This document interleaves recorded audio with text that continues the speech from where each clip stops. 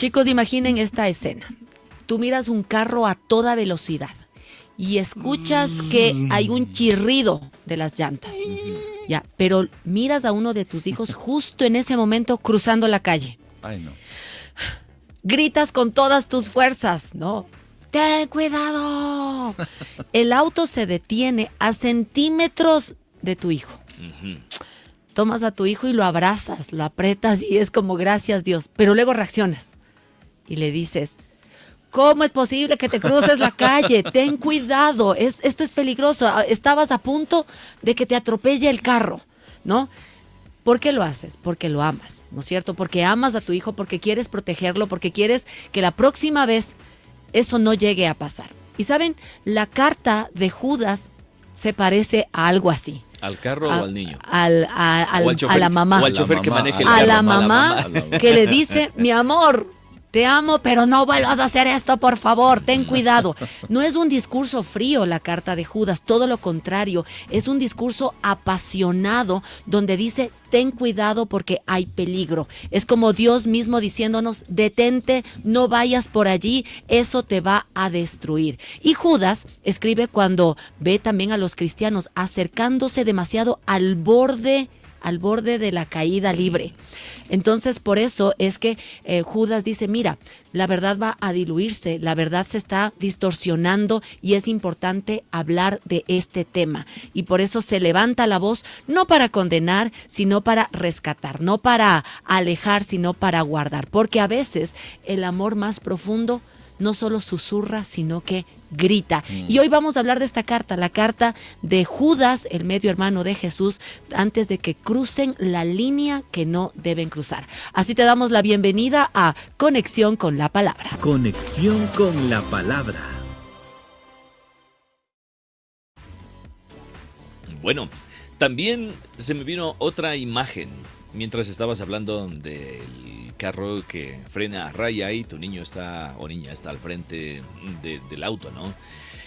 Y sientes a veces espasmos, a veces otras reacciones, pero por lo que puedan suceder como experiencia o como sensación negativa al verle a tu hijo o tu hija que en realidad está sano, que está ilesa, claro, te da una alegría profunda. Pero también pensaba en otra escena, perdidos en el espacio. ¿Ya? Peligro, peligro, peligro, peligro. Ah, sí. ¿Te acuerdas el robot. el robot que decía peligro, peligro, peligro, peligro? Y creo que en la vida siempre hay esos momentos en donde nosotros podemos avisorar que hay peligros. ¿Y cómo reaccionamos frente a esos peligros? A veces uno puede ser un poco osado y decir, muy bien, yo lo voy a enfrentar de pecho, ¿verdad? Sí puedo.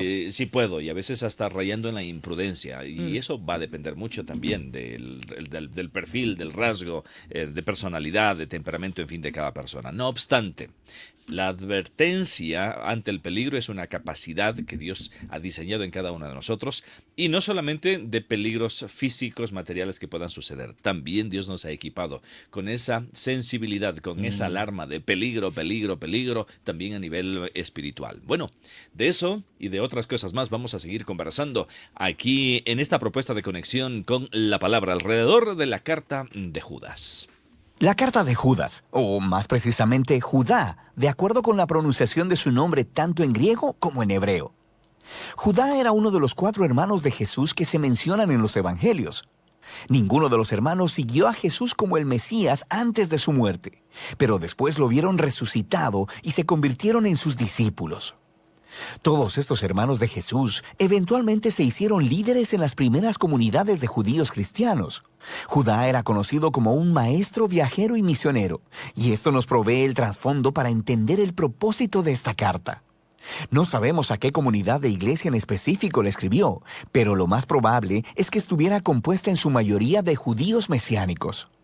Su estilo de escritura asume un profundo conocimiento de las escrituras hebreas del Antiguo Testamento, como también de otra literatura judía popular.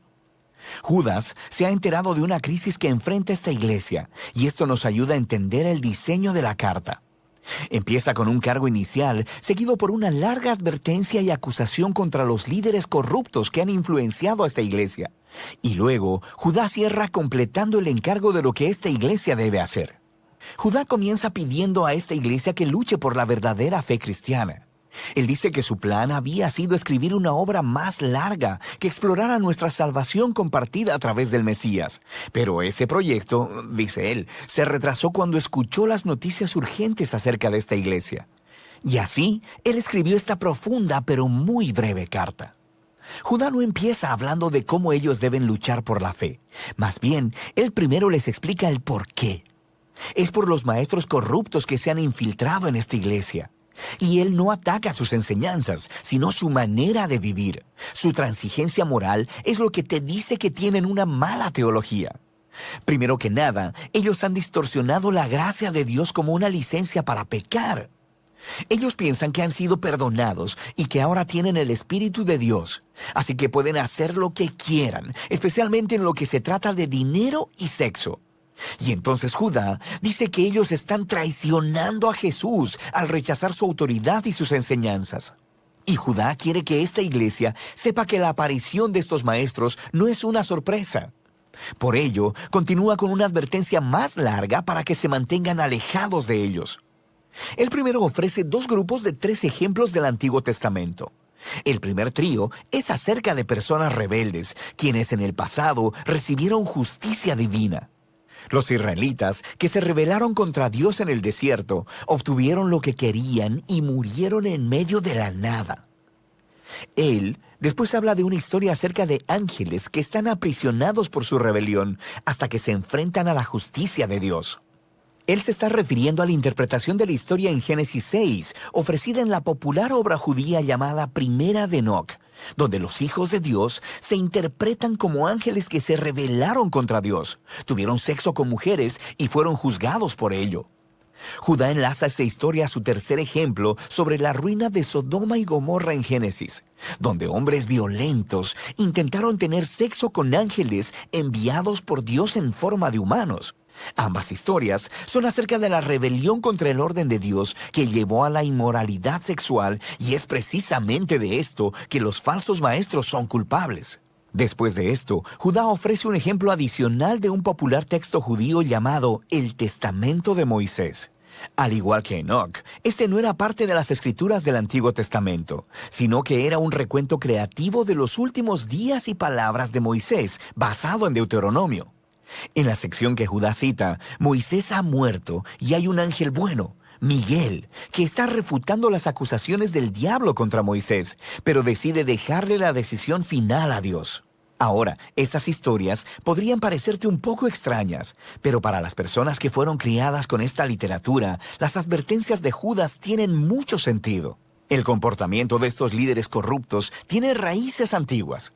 Rebelión contra la autoridad de Dios, inmoralidad sexual, rechazo a los mensajeros de Dios. Y esto se conecta con el segundo trío de ejemplos. Se trata acerca de rebeldes que corrompieron a otras personas. Caín mató a su hermano, pero luego se fue a construir una ciudad donde reinó la violencia. Balán el hechicero no pudo maldecir a Israel, así que lo sedujo a la idolatría y a corrupción moral.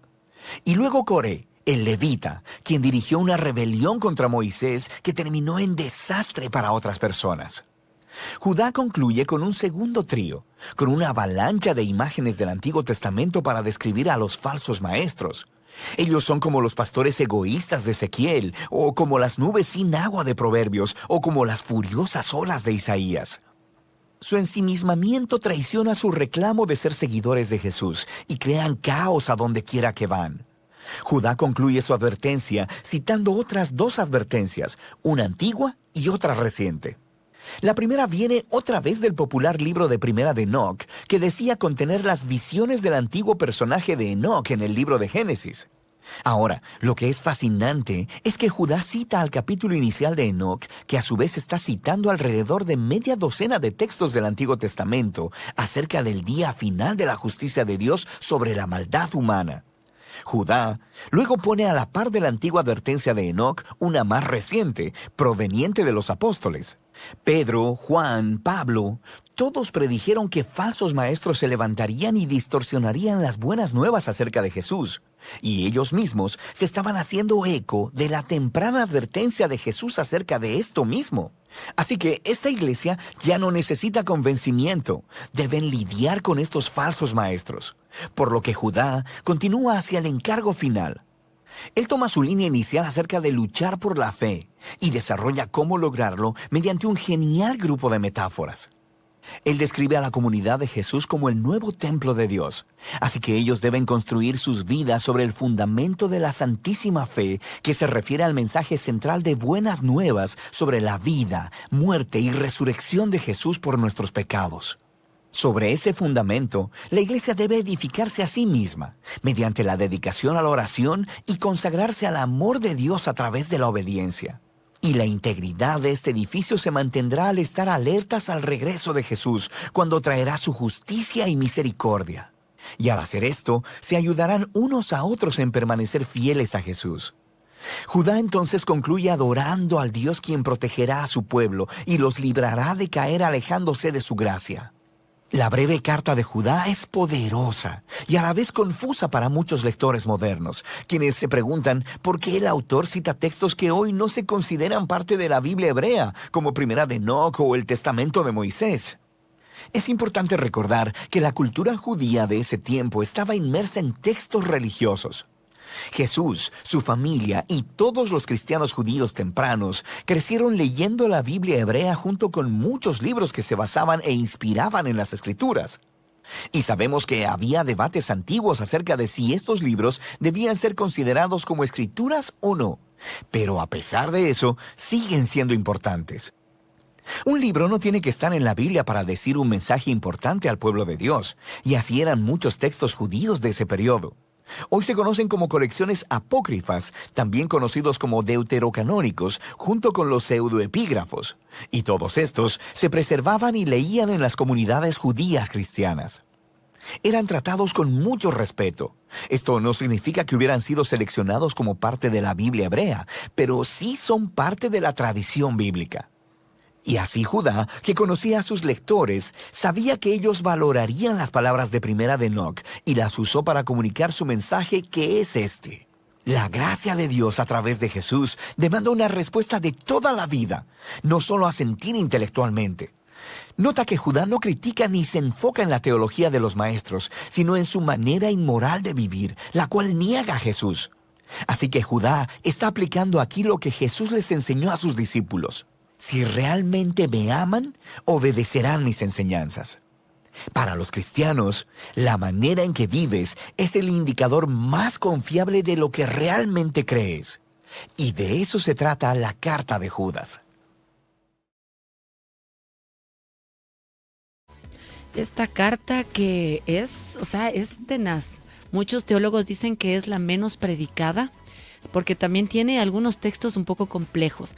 Además, hay una como división en los estudiosos de la Biblia. Dicen, no saben si Segunda de Pedro tomó textos de Judas o Judas tomó textos de Segunda de Pedro, la carta Segunda de Pedro, pero entender Segunda de Pedro y Judas, pues nos va a ayudar a aclarar el panorama también.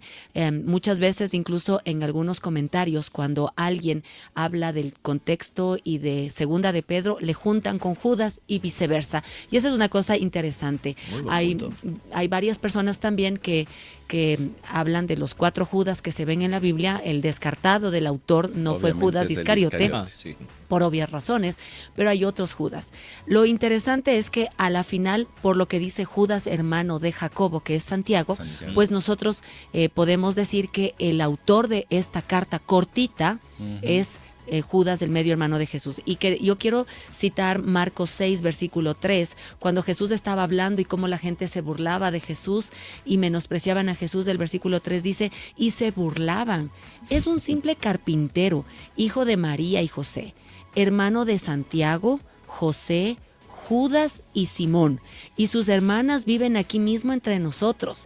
Entonces, para tomar en cuenta que Jesús tuvo hermanos, pero también la misericordia de Dios, permitiendo que tanto su hermano Santiago como su hermano Judas sean parte también de los hombres escogidos por Dios e inspirados por Dios para escribir la Sagrada Escritura. Entonces, para tener en cuenta quién es el autor de esta carta.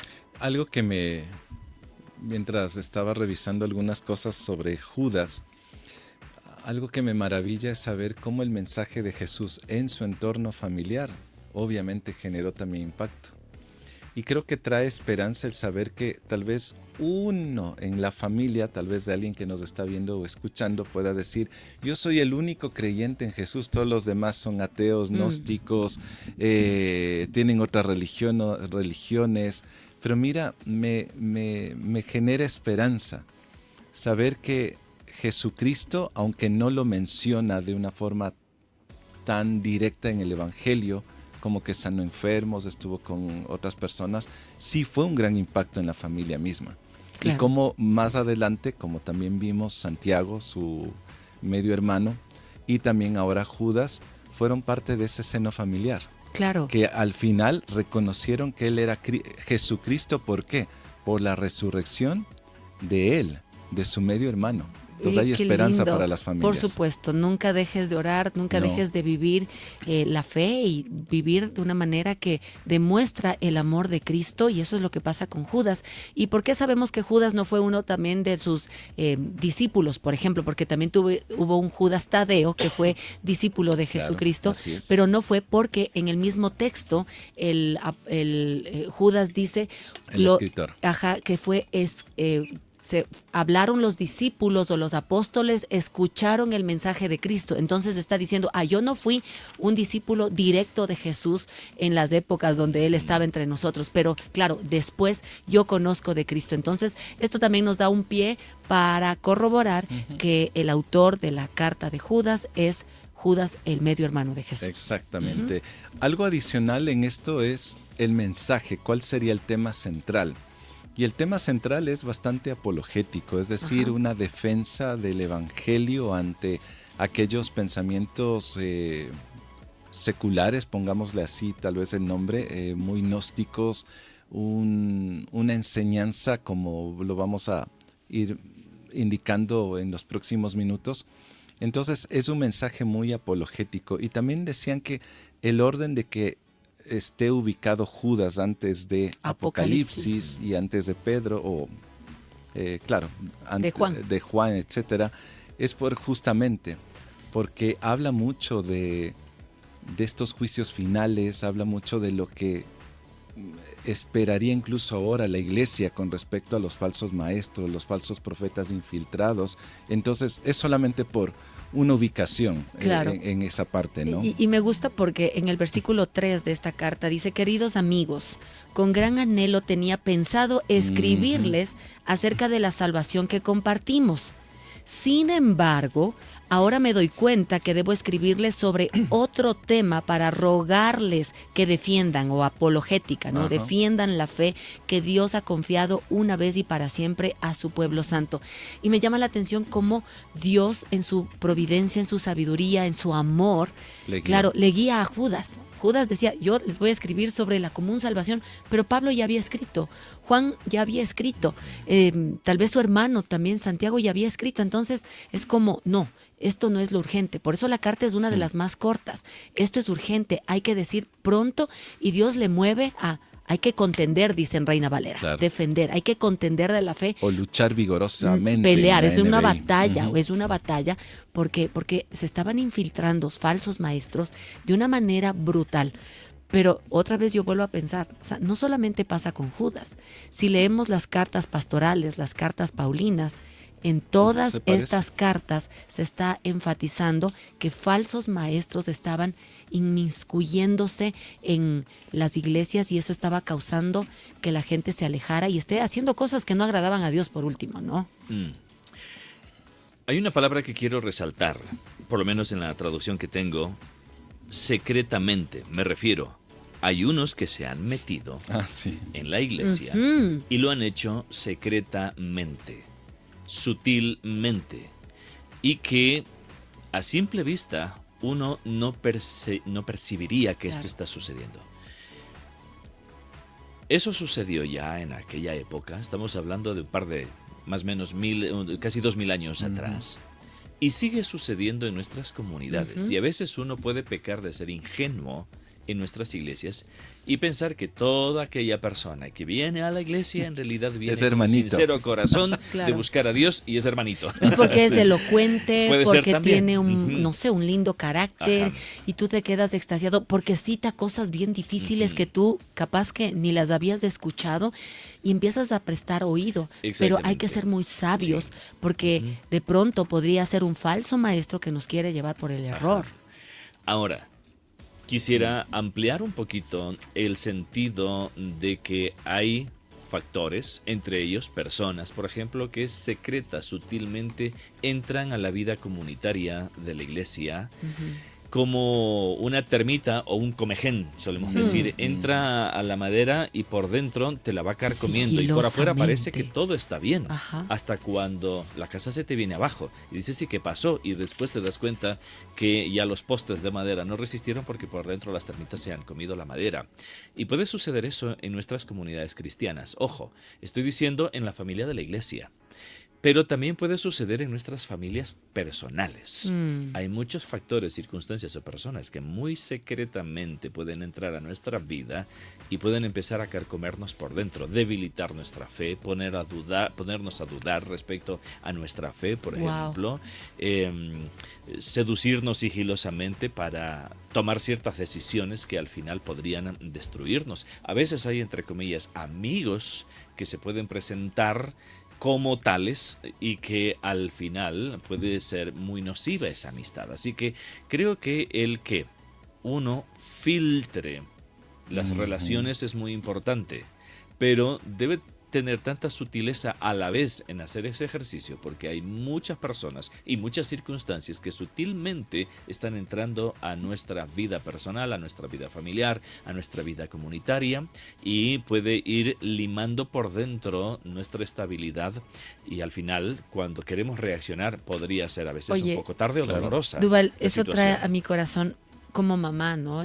Pienso, cuando nuestros hijos adolescentes empiezan a tener sus amigos Ujú. y dicen, no, pero sí son seguidores de Jesús y no hay problema, o sea, y tú tal vez bajas la guardia y les dejas nomás, pero de pronto en estas conversaciones entre amigos están teniendo conversaciones que les están desviando, que les están diciendo que verdades que son reales en la palabra de Dios, les están diciendo que son mentiras y como que todo parece bien, pero en la misericordia de Dios, Dios te muestra que tus hijos están yéndose por el camino chueco y hay que contender, hay que pelear, hay que decir la verdad.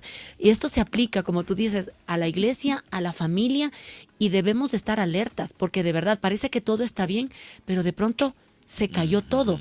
Y es porque estas mentiras son medias verdades que parecen bonitas y que suavito se van metiendo y luego pues pueden destruir nuestros hogares y nuestras Es por eso iglesias. por eso Judas en el versículo 3 dice, ¿no? He deseado intensamente escribirles. En primer lugar, acerca de la salvación. Entonces, esta carta cortita de 24, 25 versículos prácticamente era urgente para poder hablar en primer lugar de la doctrina, Claro. que es la base de nuestra vida espiritual, de nuestra vida de fe, es la doctrina, el evangelio, el mensaje de Jesucristo. Es inamovible. ¿Y por qué era urgente para él? Viene la segunda parte también de esta carta, y era advertir. No solamente advertir, sino que les está diciendo luchen vigorosamente. O sea, no era solamente, desen cuenta que hay, sino hagan algo. Y eso es la apologética, ¿no? Es decir, luchar de forma vigorosa, defender el Evangelio de Cristo, pero con la sana doctrina. Entonces, está dividida en estas dos partes. Y más adelante, pues, él empieza a hacer comparaciones de cómo vivieron el pueblo de Israel con tres ejemplos puntuales, ¿verdad? El primero de ellos era aquel grupo que se rebeló cuando salieron de la esclavitud de Egipto y que no querían sujetarse a las normas de Dios y recibieron un castigo. Ajá. Y es muy interesante, ¿no? Cómo les lleva a la historia bíblica para darse cuenta que ese grupo de personas sí tuvieron una consecuencia, tal cual tiene la consecuencia el que no acepta el señorío de Jesucristo. Claro, y de ahí viene también otro ejemplo que está citado en el primer libro de Enoc. Y Es de pronto interesante es eso. interesante, uno podría romperse la cabeza. Alguien dirá, perdón, Berito, ¿y dónde está ese libro? O sea, y en mi no lo Biblia veo en no mi lo Biblia. encuentro, no, o sea, no, son estos famosos libros deuterocanónicos Ajá. o pseudocanónicos Sí, que, sí, que sí. no tienen nada que ver con la inspiración, pero que no quita que podrían ser usados por estos mismos falsos maestros para confundir a la gente.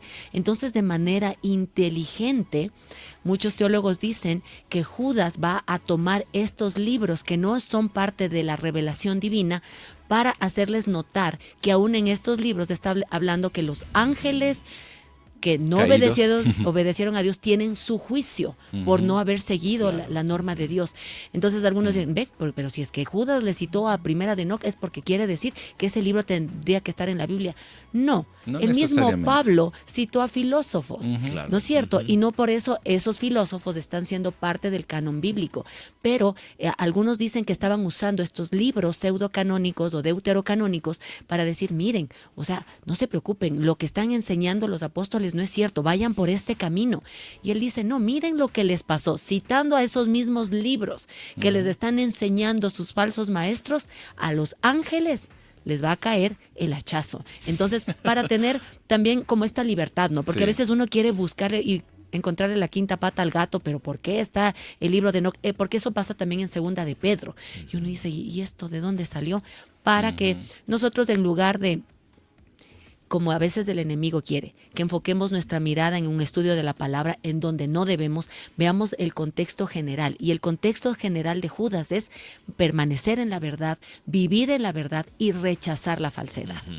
Y cuando hablamos de la verdad, nos estamos refiriendo a aquella verdad centrada en el sujeto de nuestra fe, que es Jesucristo. Es el centro de nuestra fe y a la vez es el centro, llámese si quieres, doctrinal y teológico de nuestra fe. Claro. Y que esta fe no está construida en el vacío, ni tampoco en el apuro en un momento histórico del ser humano, sino que tiene todo un entorno, no solamente geográfico, sino hasta genealógico, y proyecta hasta todo lo que quieras hacia atrás, por ejemplo, llegar hasta, si no me equivoco, el séptimo patriarca en la Enoc. cultura de Israel, Enoc.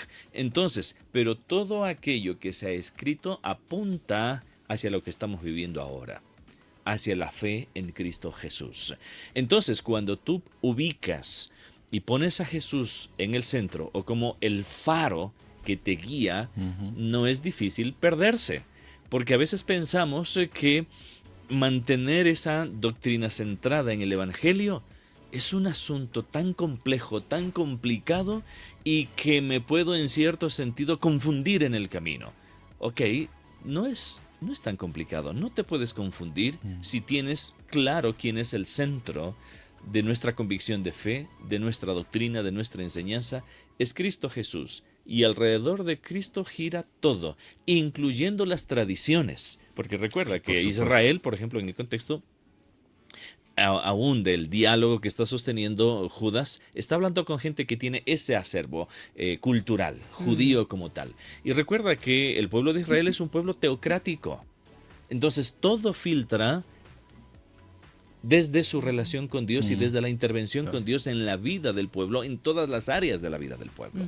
Entonces, pero a la vez, toda intervención divina que se registra, sea canónicamente o como parte de la historia cultural, todo gira alrededor de una promesa desde el Antiguo Testamento de fe mirando a Cristo Jesús. Y ahora Cristo ya se ha revelado en nosotros, para nosotros.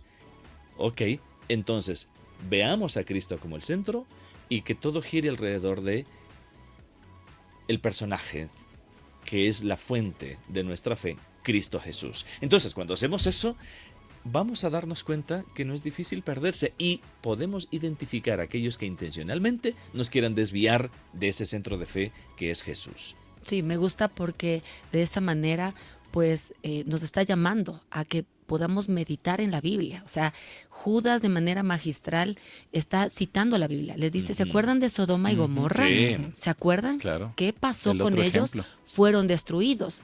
Luego se va con Caín, ¿no? Y le dice, ¿qué pasó con Caín?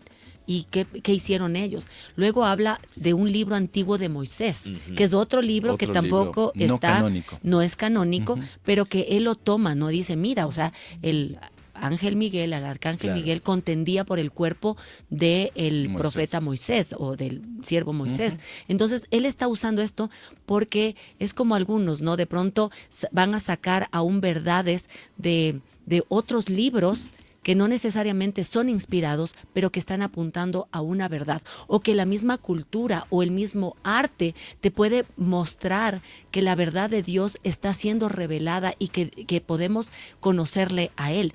Pero a mí me gusta un versículo que ¿Cuál de a mí ellos? me impacta mucho, porque ya se me perdió, verán, que yo estaba tan contenta con la emoción pero habla que están en las casas y en las comidas, o sea que a veces tú dejas que entren a la intimidad de tu hogar, a tu familia, y en medio de las comidas y en medio de las conversaciones es que se empiezan a infiltrar estas falsas enseñanzas en lugar de poder buscar del Señor. Pero ya se me perdió mi versículo, Ok. pero usted déjame lea. ahora, iba a decir, déjame te pongo, mientras tú consigues el tuyo, me El refiero a tu versículo. versículo, hay otro que a mí me ubica en esa centralidad del Evangelio de Jesús. Y cuando hablamos de Jesús, tenemos que también considerar que Jesús está en un entorno trinitario relacionado con la divinidad, Padre, Hijo y Espíritu Santo, quiero decir. Jesús el Hijo.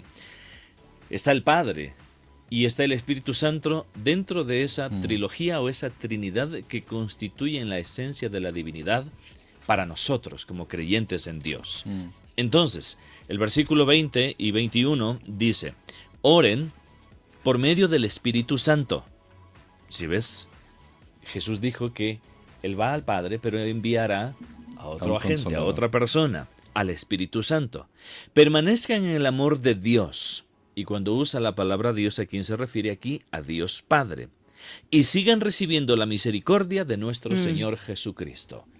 La O sea, Trinidad. Tienes allí la Trinidad bien enfocada Claro. en el versículo 20 y 21. Entonces, Así es. ese es el centro, esta es la columna de nuestra fe. Padre, el Dios Padre que envió a Cristo Jesús, que envió al Espíritu Santo para capacitarnos y seguirnos enviando a nosotros como sus seguidores. Entonces, el Padre, el Hijo y el Espíritu Santo han estado presentes en nosotros desde antes y hasta ahora, revelado de diferente manera. Ese es el centro de nuestra fe. Y cualquier cosa que querramos nosotros agregarle a nuestra fe, entiéndase como parte de nuestra cultura en relación al Padre, Claro. en relación al Espíritu Santo y en relación al Hijo. Sí. Sí, y por eso ahora quiero retomar, ¿no? Porque estaba recordando de cómo la misma Biblia, con el paso de del tiempo, se está hablando que todo apunta a Jesucristo, pero que también iba a haber falsos maestros. O sea, no es que falsos maestros solo en la época de Judas Claro. o solo en la época de Jesús. O sea, ahora hay Están falsos ahora. maestros y él habla, ¿no? De que la gente se burla de cosas que no entiende. O sea, esta gente parece que sabe, pero no sabe. Como animales irracionales hacen todo lo que les dictan sus instintos Oh.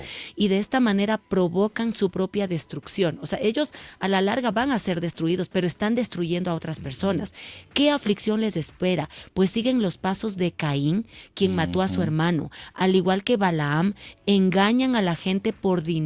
Mira, ahí ves las razones, la razón por la cual estos falsos maestros se están infiltrando. mueven. Y como Coré, perecen en su propia rebelión. Y aquí quería enfatizar, cuando estos individuos, estos falsos maestros, participan con ustedes en sus comidas de compañerismo, las cuales conmemoran el amor del Señor. Mira, el propósito de el ágape se llamaban estas comidas, Ajá. ¿no es cierto? Que era la cena del Señor y lo posterior. Y lo que posterior, venía, ¿no? compartir. Una Pero ellos se comida. infiltran allí.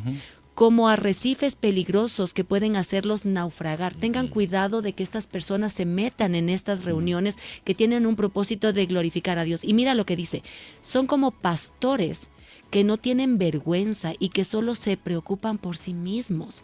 Son como nubes que pasan sobre la tierra sin dar lluvia. Son como árboles en el otoño doblemente muertos porque no dan frutos y han sido arrancados de raíz. Son como violentas olas del mar que arrojan la espuma de sus actos vergonzosos. Son como estrellas que han perdido su rumbo, condenadas para siempre a la más negra oscuridad.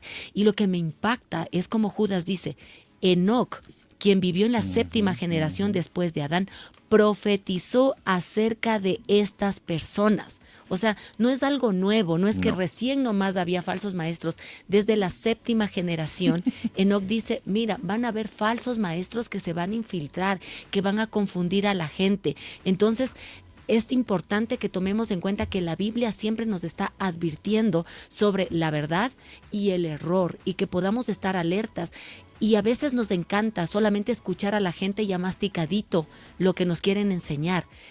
Conexión con la palabra tiene el propósito de poder despertar en ti el deseo de que tú puedas estudiar la palabra de Dios. Y no solamente, el John, la Vero dijeron esto y esto. No, que tú vayas y escarbes y digas, esta es la verdad, para que no haya falsos maestros que luego nos desvíen hacia el error. En el versículo 11 inicia diciendo hay. Y ese hay es una Presente. palabra de lamento en el sentido, hay lo que les va a ocurrir a estas personas, a este grupo que está enseñando algo que es totalmente contrario al mensaje de Jesús. El hay es una condenación. Claro. Jesús lo dijo, recuerdan, ay de cuando mencionaba lo que iba a venir Es un en el lamento de juicio. sentencia, Exactamente, ¿no? es una sentencia. Y es interesante, ¿no? Caín es una persona que mata a su hermano. Dios no lo destruye prácticamente, es interesante, lo podía haber hecho, pero le permite que se vaya. Pero este caballero llamado Caín forma una ciudad totalmente contraria a la voluntad de Dios. Es decir, él conocía a Dios, de hecho hablaba con él porque Dios le confronta. Claro. Va y hace una comunidad totalmente opuesta a Dios, lo pueden buscar en el Antiguo Testamento. El segundo punto que aquí pone Judas es el amor al dinero. Los falsos maestros, lamentablemente, más bien dicho, es fácil identificarlos muchas veces, porque te están pidiendo dinero. Vas a recibir un milagro si das tanto. Dios me ha mostrado que aquí alguien va a dar un carro, ¿por qué? Y es decir, están manipulando a las personas. Porque es plata. ¿Por qué? Porque es dinero, es el recurso que quieren aprovecharse.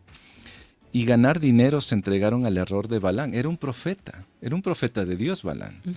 Pero este hombre Empezó a se dejó negociar. seducir justamente por el dinero. Con Y Balac. eso lo perjudicó. Y en tercer lugar, la rebelión de Coré, que era un grupo de personas que también estaban dentro del pueblo de Dios. Liderazgo. Y era un líder, era un liderazgo que simplemente se alejaron no quisieron respetar el liderazgo De puesto por Moisés. Dios de Moisés y simplemente también ellos quieren hacer lo suyo. Entonces hay tres características interesantes, ¿no?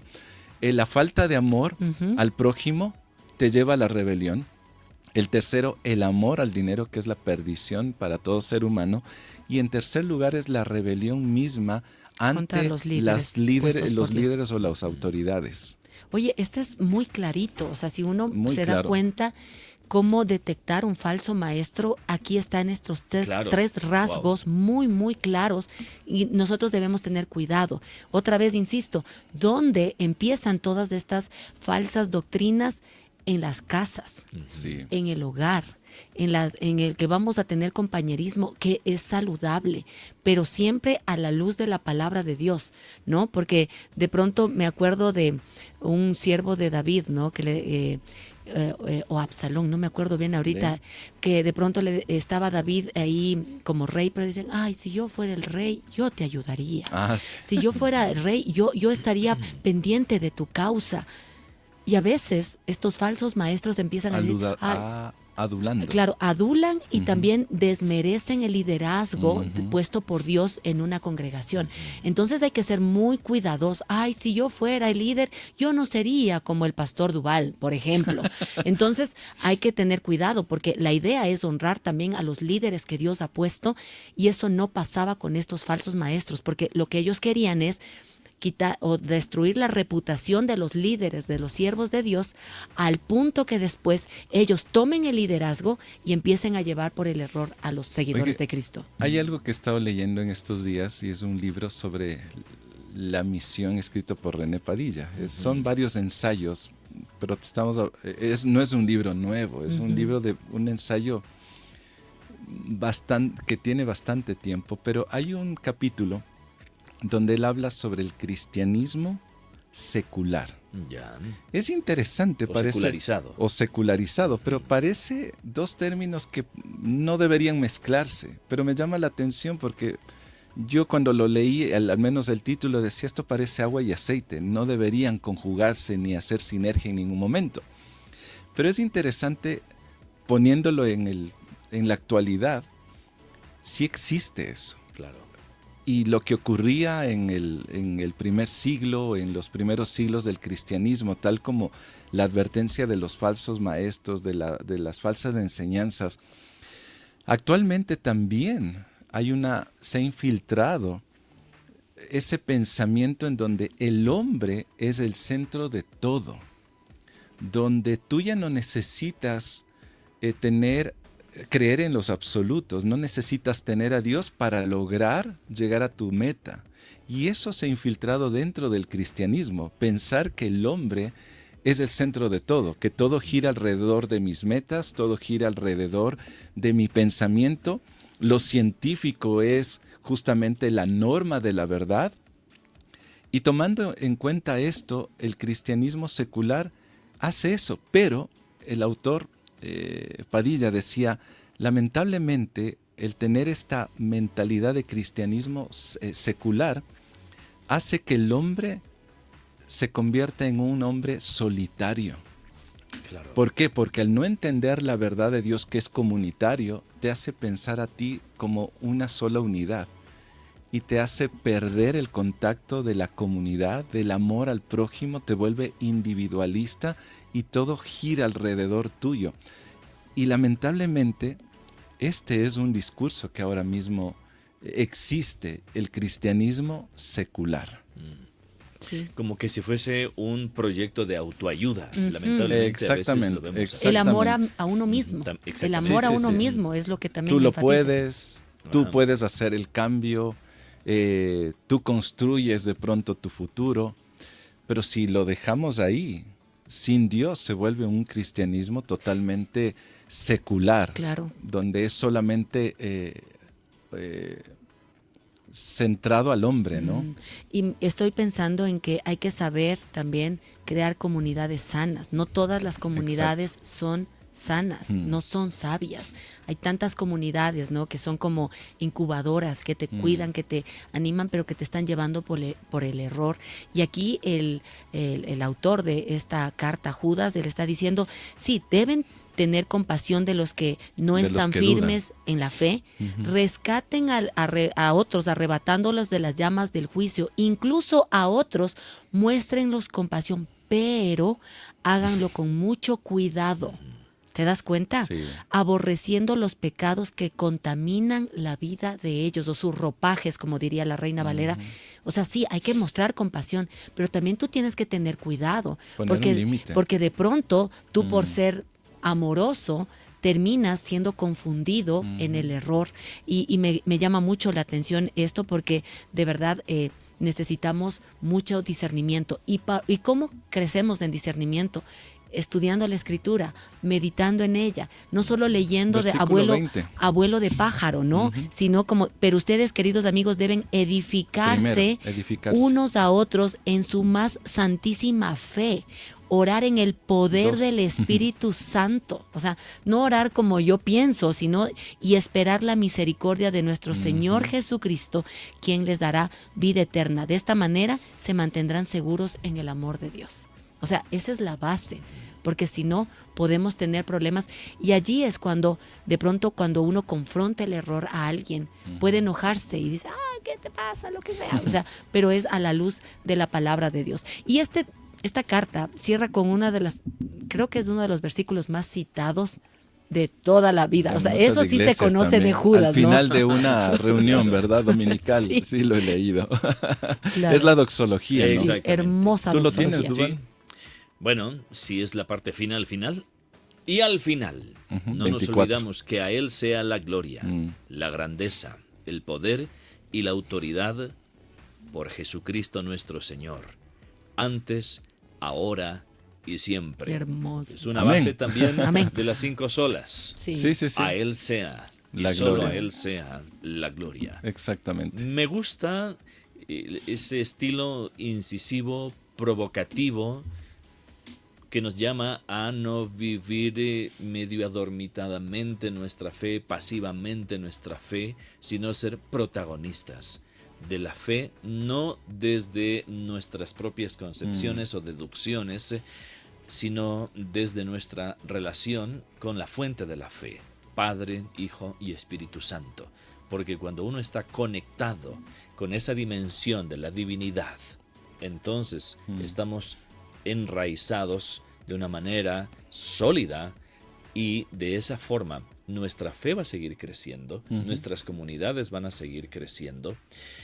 No perfectamente, no perfectos, sino en ese proceso de Claro, perfeccionamiento. de perfección. Pero hay que saber cuál es el camino correcto para saber que estamos evolucionando en el sentido de estamos creciendo y no involucionando en el camino. Entonces, me gusta ese enfoque, ese estilo muy provocativo de Judas, a fin de que nuestra fe sea afirmada en aquel por lo cual él dio hasta su propia vida, y me refiero a Jesucristo. Formidable. Bueno, antes de terminar, ¿con qué nos quedamos? Yo quiero citar un libro Pensé que que iba a decir, Muy me buen quedo libro. con Judas.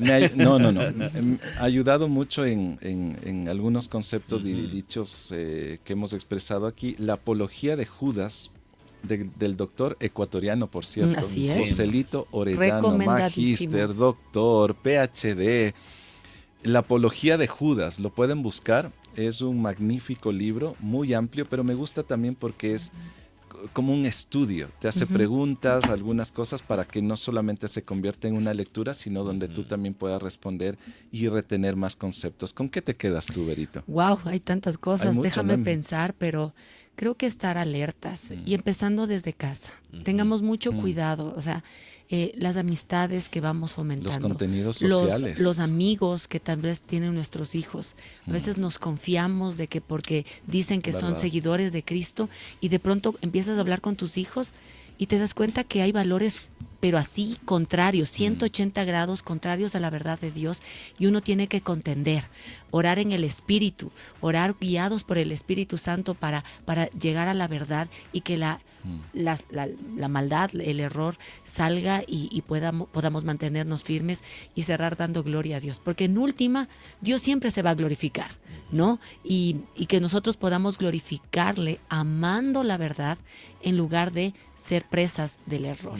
¿Tú, Dubán? Bueno, para mí el cristianismo no es un dogma, la fe no es un concepto, es una relación con el Padre, el Hijo y el Espíritu Santo, que es viva, que es dinámica y que me permite seguir evaluando desde la fe en el Padre, Hijo y Espíritu Santo, cómo mi vida puede no solo seguir teniendo sentido cada día, sino también siendo trascendente para aquellas personas que Dios va poniendo en mi camino y en nuestros caminos. Así que más allá de la doctrina, que es sumamente importante, es la Exacto. relación con quien está detrás de la propuesta doctrinal de fe.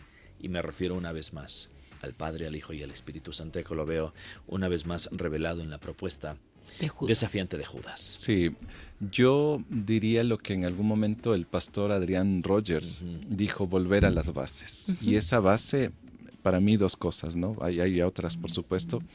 Edificándonos en la base del mensaje de Cristo, la primera, edificándonos. Luego, compasión de los que dudan. Me llama esto a la acción. Tener compasión es lo que hizo Jesús. Pero Jesús tenía compasión, pero nunca negoció su integridad, nunca negoció su fe, nunca negoció el mensaje que iba a decirlo, jamás. Y creo que al tener edificación en el mensaje de Cristo y tener compasión de los que dudan, es saber que yo estoy fundado sobre una base inamovible y de ahí no me muevo para ningún lado. Y yo le añadiría también, porque hay personas que preguntan, ¿y qué del libro del Enoch? ¿Y qué del libro de...? Ya. Mira, estar también Es un buen alertas punto de este. qué es lo que la gente está hablando o qué series estás mirando, de tal manera que puedas encontrar una respuesta basada en el fundamento. Y que no es negativo leerlo. No es Claro. negativo. Por eso te digo, No. o sea, Judas está citando al Claro. libro de Enoch, no está diciendo que es palabra de Dios, pero es como decir, mira, en Superman esto está pasando, ¿no? Claro. En alguna película, o las películas de Marvel. ¿Y cómo le sacas, no, el meollo de decir, mira, así como Iron Man dio su vida pero hay alguien que dio la vida por, o sea, en ese Sí, sí, te sentido, entiendo, y te tengamos entiendo. mucho cuidado de, no, es que no puedo leer esto porque a veces eso nos puede debilitar la respuesta firme de nuestra fe. Lo que yo digo es, empecemos en las bases, la palabra de Dios, nuestra guía, pero también miremos cómo está la cultura, de qué están hablando, de qué cosas se está aprendiendo, de tal manera que también podamos citar eso y luego responder contundentemente con la fe, que es la palabra de Dios. Genial. Para evitar ser timados por un billete falso, no tenemos que procurar conocer cómo son todos los billetes falsos que aparezcan, sino procurar familiarizarte lo mayor posible, ser un experto en conocer al billete auténtico. Exactamente. Exacto. Cuando tú Tienes sabes razón. cómo es un billete auténtico, Ahí es citas fácil identificar el libro equivocado y te vas es por la fácil verdad. identificar Billete- a los falsos. Así Claro. que hay que enfocarse en aquello que es auténtico para nosotros. para Formidable. nuestra fe. Gracias, Vero, gracias, Duval, y gracias a ti por acompañarnos en este espacio de cada día jueves, ¿no? El episodio 59. ¿La otra semana es feriado? La otra Corríjame. semana es feriado en Sí. nuestro país. Ya en nuestro nuestro país no tendremos Ecuador. conexión con la palabra y estamos llegando al final de los resúmenes del Nuevo Testamento y queda uno. Uno desafiante. Es Uno de los más Apocalipsis. desafiantes. Apocalipsis, qué bueno que hay feriado para estudiar más. prepararnos un poquito más. Este contenido lo puedes encontrar en nuestro canal de YouTube, nos encuentras como Radio HCJB. Lee estos 24, 25 versículos del libro de Judas y saca perlas justamente en este escrito. Hasta pronto.